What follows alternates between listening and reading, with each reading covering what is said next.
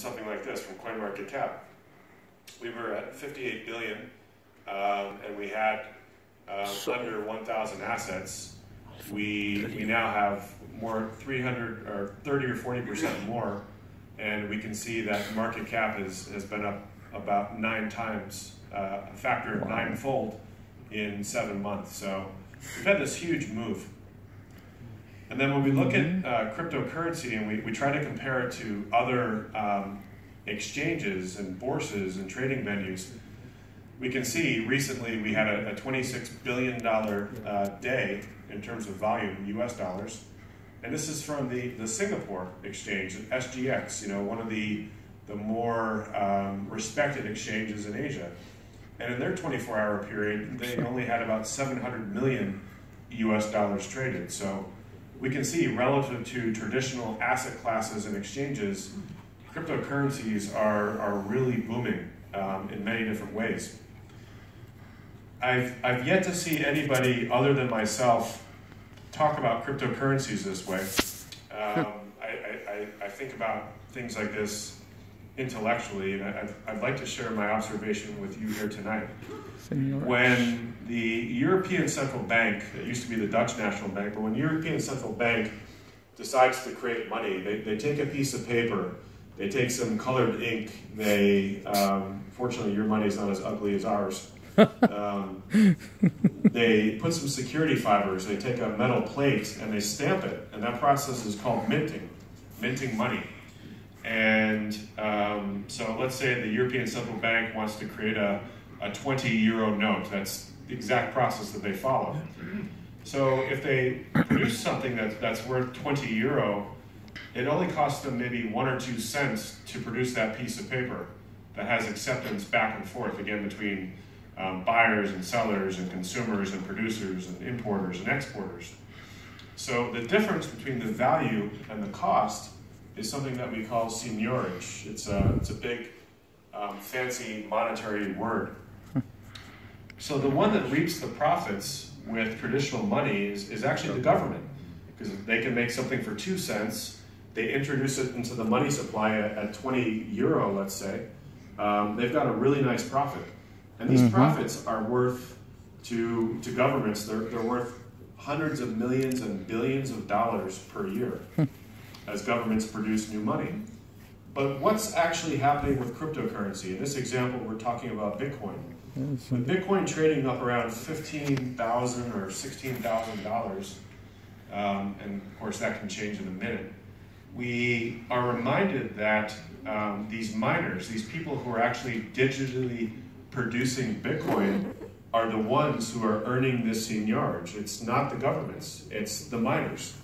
And in the case of Bitcoin, with where it's trading now, as far as the price, that is worth more than $10 million US every single day. And if you look at that on an annual basis, that's close to 4 billion US dollars of wealth that does not end up in the hands of governments. And that's a threat to government, because normally they'd be the ones earning the profits, and that's just one cryptocurrency. There's more than 1,000 cryptocurrencies in the world. So this is one reason that I cite why governments really feel threatened by cryptocurrency and digital assets. And that takes us to what is actually happening in real time. There's that word again, derivatives. So this week, on Sunday in fact, Bitcoin futures launched for the first time. Does anyone see this in the news, the media? Yeah. So it was a really big deal. I published an article about this in Millionaire Asia magazine this month. They asked me to write about anything, any topic, and I actually chose to write about this. If you're interested, we can get you a digital copy of this article. So in this article, I talked about the importance of what would be happening with these Bitcoin futures and the implications for the entire industry. So we can see that we got off to a pretty good start. So Bitcoin futures started trading in Chicago on one of the futures exchanges there. The people on the right are the Winklevoss twins. These are the two brothers who helped Mark Zuckerberg start Facebook. And they have a cryptocurrency exchange in New York called Gemini. Gemini because they're twins, like the constellation in the sky. And it's their price that is actually helping the Chicago Futures Exchange actually price these futures contracts. So there's a big competition going on in Chicago. So the CBOE, which is the Chicago Board of Options Exchange, launched the first futures contract on Sunday. And I think Monday, this coming Monday, the Chicago Mercantile Exchange, the CME, is going to be issuing their own futures contract. So there's a big competition on. A lot of people are nervous because the cryptocurrency market has made a lot of people a lot of money. And they're nervous that the fact that we have this new market, a lot of new money could come in there from institutions and could perhaps push the price of Bitcoin down. So there's a new sheriff in town, and that sheriff is the U.S. government. The U.S. government is the regulator of these futures exchanges. So there's this significant nervousness that people have. But again, the thing that I like to say to people is that derivatives and futures, if done properly, are actually very important because they act as a risk transfer mechanism. Think back to my soybean example. If I can produce a soybean for $3 or $4 US, and I can sell it immediately and lock in my profits by using a futures contract, then I was able to hedge my production. I can lock that profit in, and I can go to sleep at night easily. Futures, up until now, it's been very difficult to take a short position in Bitcoin. It's not easy to sell Bitcoin in the market. Well, with futures, you can. You can sell a futures contract, or you can buy a futures contract, take a long position or a short position. And then price discovery.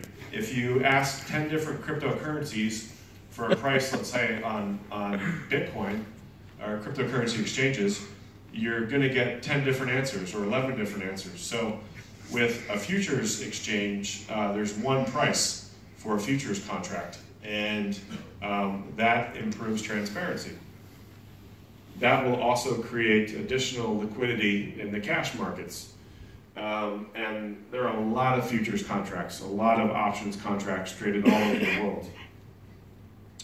So by having this risk transfer mechanism, it allows risk to be spread around the world, which adds to global economic growth, lowers transactional costs, and having it on an exchange is important because one of the things that led to the global financial crisis was the fact that there was all this risk being traded back and forth between banks, almost like a hot potato or musical chairs.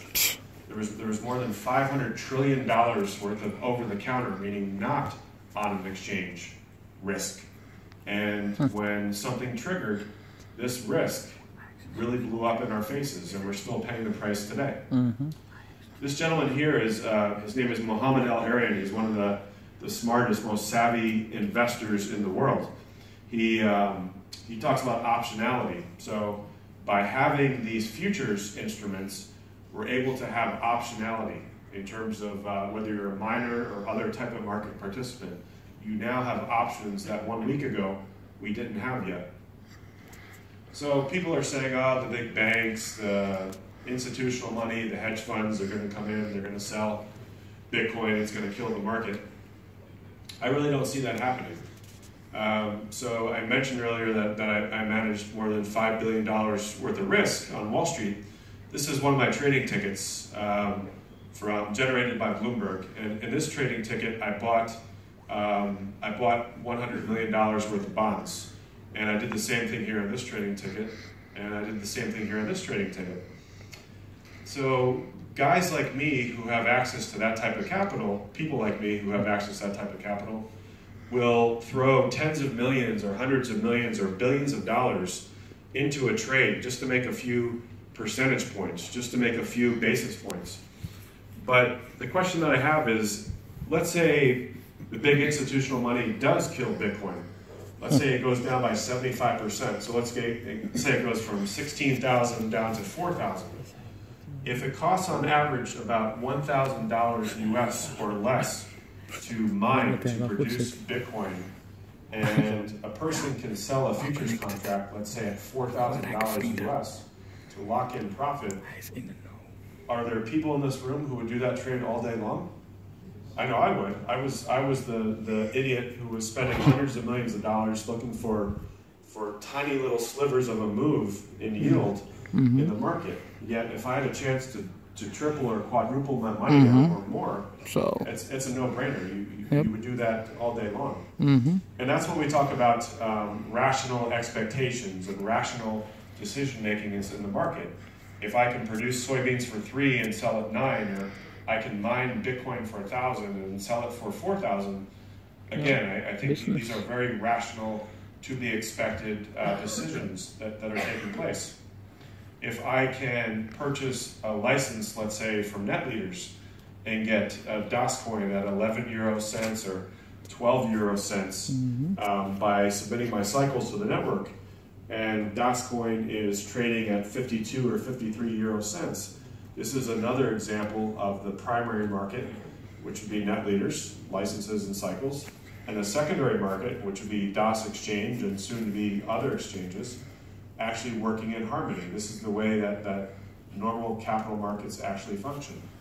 So as a result of these innovations taking place with derivatives, we're starting to see investment products and investment funds actually created in cryptocurrency. Right now, most of them are over-the-counter, meaning they're not on an exchange, but that will change sooner rather than later. This big spike here, this big red bar, we call it an outside bar, this was March 11th. This is when those handsome Winklevoss twins tried to get their exchange-traded fund ETF application approved by the regulator in the United States, the Securities and Exchange Commission. They failed for the 3rd or 4th time, but the fact that they were trying brought a lot of global public awareness to blockchain and to Bitcoin and cryptocurrencies. And that's one of the reasons why the price really moved sharply higher this year. So we see these types of financial products and investment products involving Bitcoin starting to be traded. It's actually NASDAQ, OMX Scandinavia, has actually taken a global lead. They've got products designed for Bitcoin and Ethereum. And one of the many things that I'm doing in the DasCoin ecosystem is I'm actually working to create these types of products involving DasCoin. It's very exciting because I'm able to bring a lot of my Wall Street experience to that task. And to finish up here tonight, I just want to go through some of our objectives for 2018. The gentleman, if you remember a photograph I took there in Singapore a couple weeks ago, I said that gentleman was a former US politician. His name is Dennis Kucinich. He's from the state of Ohio. He served as a congressman for 16 years, and he also ran for president. So there he is standing next to Hillary and alongside future President Obama. So he ran for president in 2004 and 2008. And we met him back in October for the first time at that event that we hosted on, I think, October 24th. A foundation in London, actually I think it's a Swiss foundation, but the event was in London, called the Cardano Foundation, hosted the event, and he's now associated with this Cardano Foundation. Well, the Cardano Foundation people, some of them have been thinking about distributed ledgers for more than 20 years, and they've authored a lot of intellectual work about this. If you go to coinmarketcap.com, I think today their associated coin called Cardano is probably number 12 or 15 in the world. Again, it changes every minute, but just a couple weeks ago it was number 9. So the point is, we are working with this gentleman to promote best international practices, to think about blockchain and cryptocurrency and how we can coalesce governments and regulators and bring people together really think about these things astutely and to make sure that policies, make sure we get it right. He was actually the chairman of the subcommittee in the U.S. Congress, the U.S. House of Representatives, that worked to hold Wall Street accountable after the global financial crisis. So this is the type of thought leadership and action leadership that we need. And again, we come back to the question, are governments getting it wrong? You know, these are we need to be promoting best policies and best understanding of the industry. We want to be able to democratize wealth and contribute to prosperity for everyone. Listing on the external trading exchanges, we said March 24th is when this will take place. Yes. We will have a major event in London. I think it will be our best event so far. And in September 30th, we launched our blockchain-based exchange called Das Exchange. If you were there, you would have seen a very cool hologram to show what was taking place. Interestingly, the company that did the hologram for us is the same company that I think did the Michael Jackson hologram that some of you may have seen. Michael Jackson and some of these cities that I'm asked to come and speak at, I really don't want to go to, and I'm trying to get a hologram of myself made. But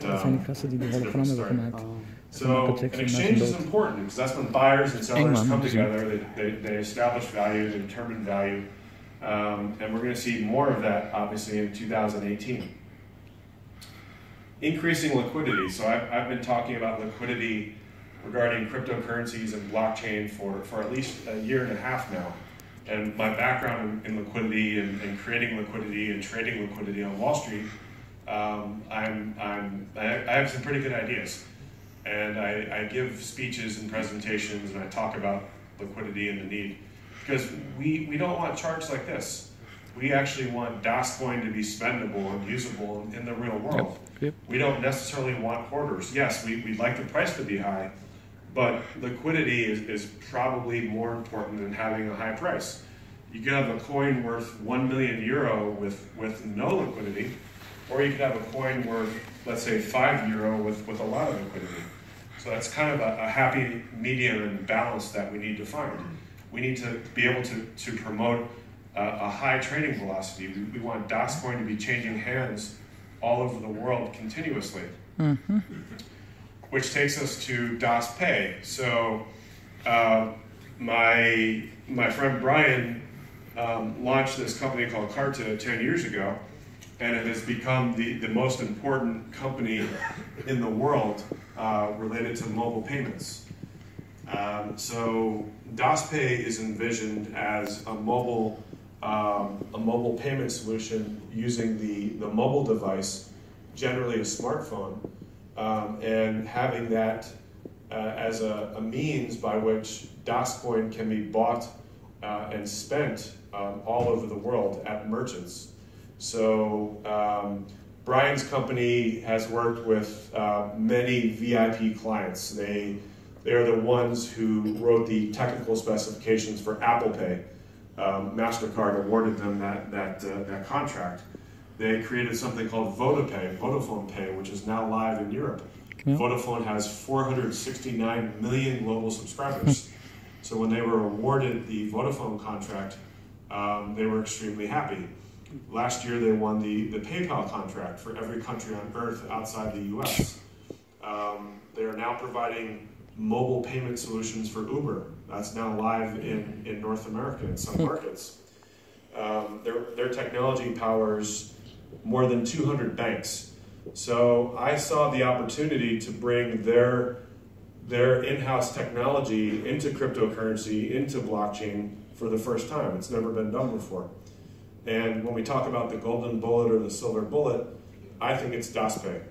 Yes. Because there are more than 5 billion mobile devices in the world.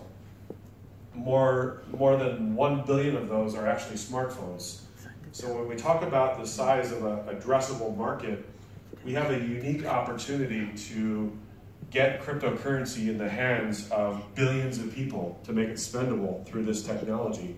And that's exciting to me. that's our best opportunity and chance to create prosperity for everyone. Yes. These are just some of the companies, the logos of companies that Carta has worked with. So you can see that we are in very good company and very good hands. In addition to mobile payments, they are a leader in banking, mobile banking technology. And this is something, in addition to mobile payments, that we will be talking about more and most likely rolling out sometime next year. Mm-hmm. Going to Carta's website, cartaworldwide.com, you can read about something called a smart token. I don't have time to talk about it right now, but it's something that can really create new stickiness, new relationships between merchants and consumers. And I'm excited to be bringing smart tokens to the cryptocurrency space for the first time.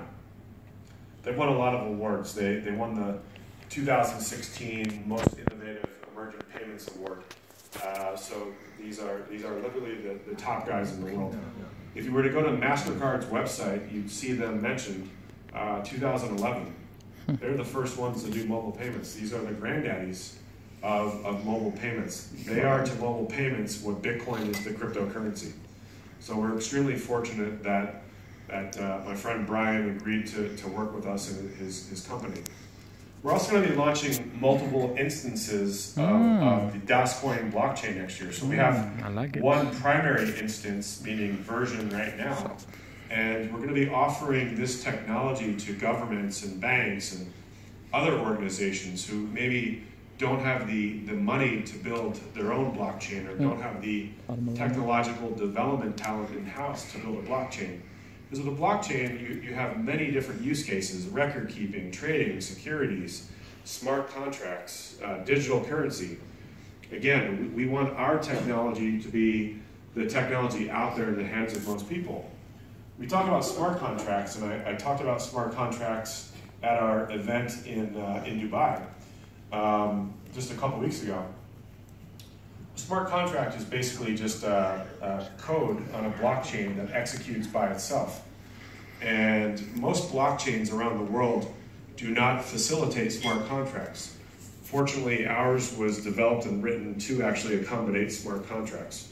So we're very excited about being able to do that. Our DasCoin Explorer website, we've added more metrics, more data points.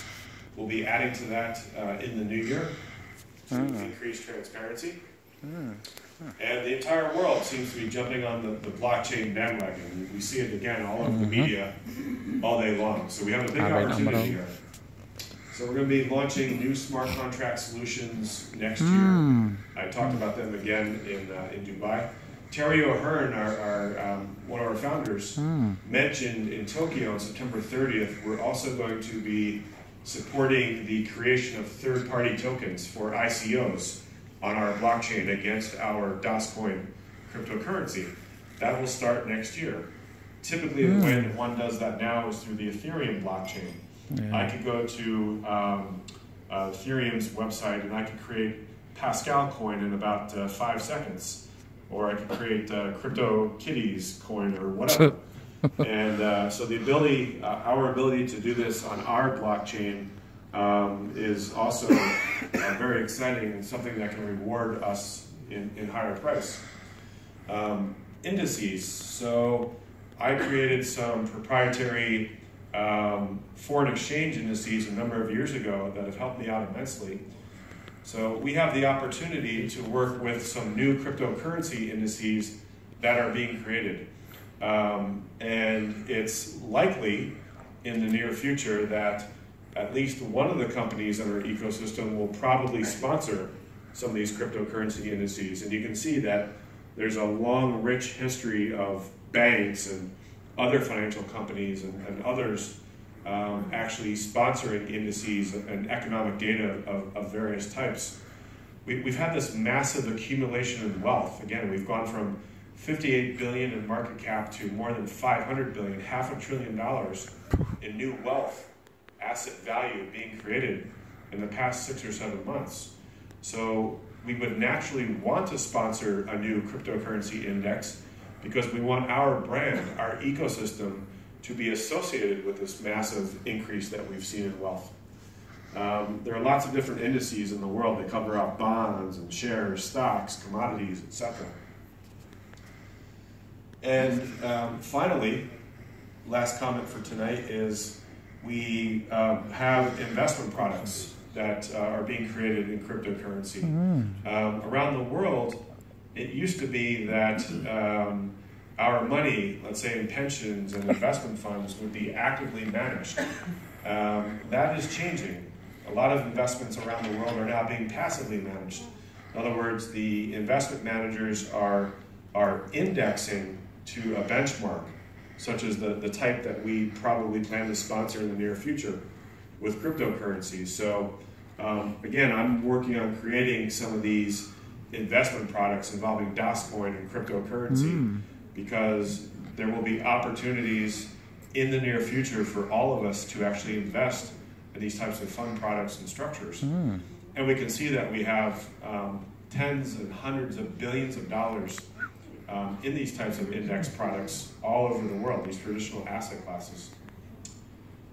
Thank you very much. It's a pleasure to be here today. Woo!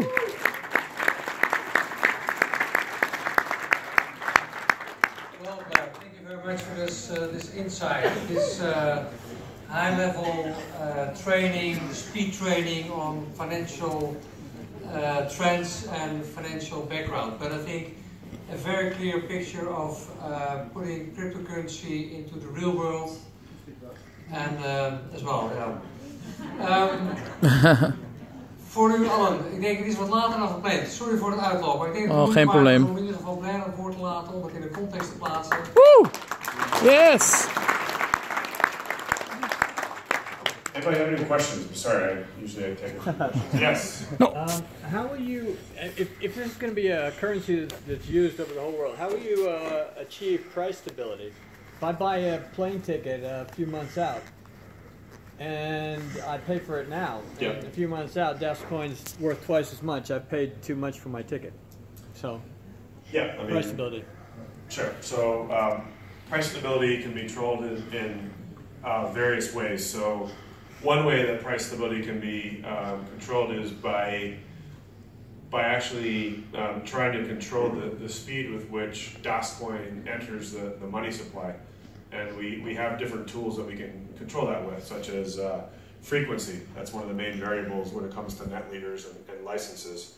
The other interesting thing about the way that we're actually approaching the DasPay solution is the industry with some of these products has kind of come up right to the line. You know, there's prepaid, Bitcoin cards and the like, and but the industry hasn't really stepped over that line yet. This is likely to be the first instance where this type of product will actually be a debit product. So with a debit product, there's a price in the market. We feel that people want to go cashless. There's been this trend to go cashless around the world. We see it a lot in places like Sweden and other Scandi countries and the like. So with going cashless, if I can use my mobile device and I don't need to go to an ATM or into a bank, I can just use my mobile device to buy something, then that actually incentivizes people to acquire DasCoin, and that helps to create a balance between supply and demand. So we have a lot of strategy. We spent a lot of time thinking about this, and it's an excellent question. We feel we'll be well prepared to try to balance out price. Yes? You said you wanted to promote liquidity, right? Yeah. But then why was there an incentive to keep your DasCoin over 108 days or something? Well, that's the upgrade period. So we want people to get as many DasCoin for their cycles as possible. So liquidity really refers not to cycle liquidity, but to actual DasCoin liquidity. In other words, we want there to be a high trading velocity. We want it to become a liquid cryptocurrency. So people can elect to submit their cycles earlier, which means they then have the ability to get DasCoin earlier, which means they have the ability to buy it and sell it and trade it and contribute to liquidity. So as we add more products such as smart contracts and other blockchain-based services, people will be forced to, let's say, make a decision. Do I submit my cycles earlier, or do I forego the upgrades, or do I actually wait to receive more DasCoin? So there are a lot of things we're doing to work to create liquidity, such as creating products like I talked about at the end of the presentation. Thank you. Sorry, Blair. Als u blond, we lopen een half uur uit de tijd. Dus ik denk dat het zeer interessant is. Blair zal even voor de belangstellenden loopt rond om vragen te stellen. Ik dank u hartelijk. Ik denk dat we een lange maar zeer intensieve en informatieve avond hebben gehad als het gaat om cryptocurrency en blockchain. Wilt u meer weten over DasCoin? Ik denk dat er een goede perspectief geplaatst is. Dan informeert u verder bij degene die u uitgenodigd heeft. Ik wens u een veilige reis thuis. En bedankt voor uw komst. En Blair nogmaals, thank you very much.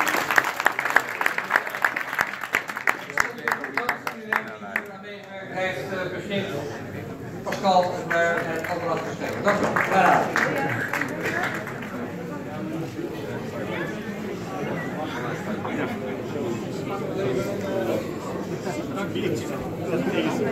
Wil je nog vragen stellen? Joya?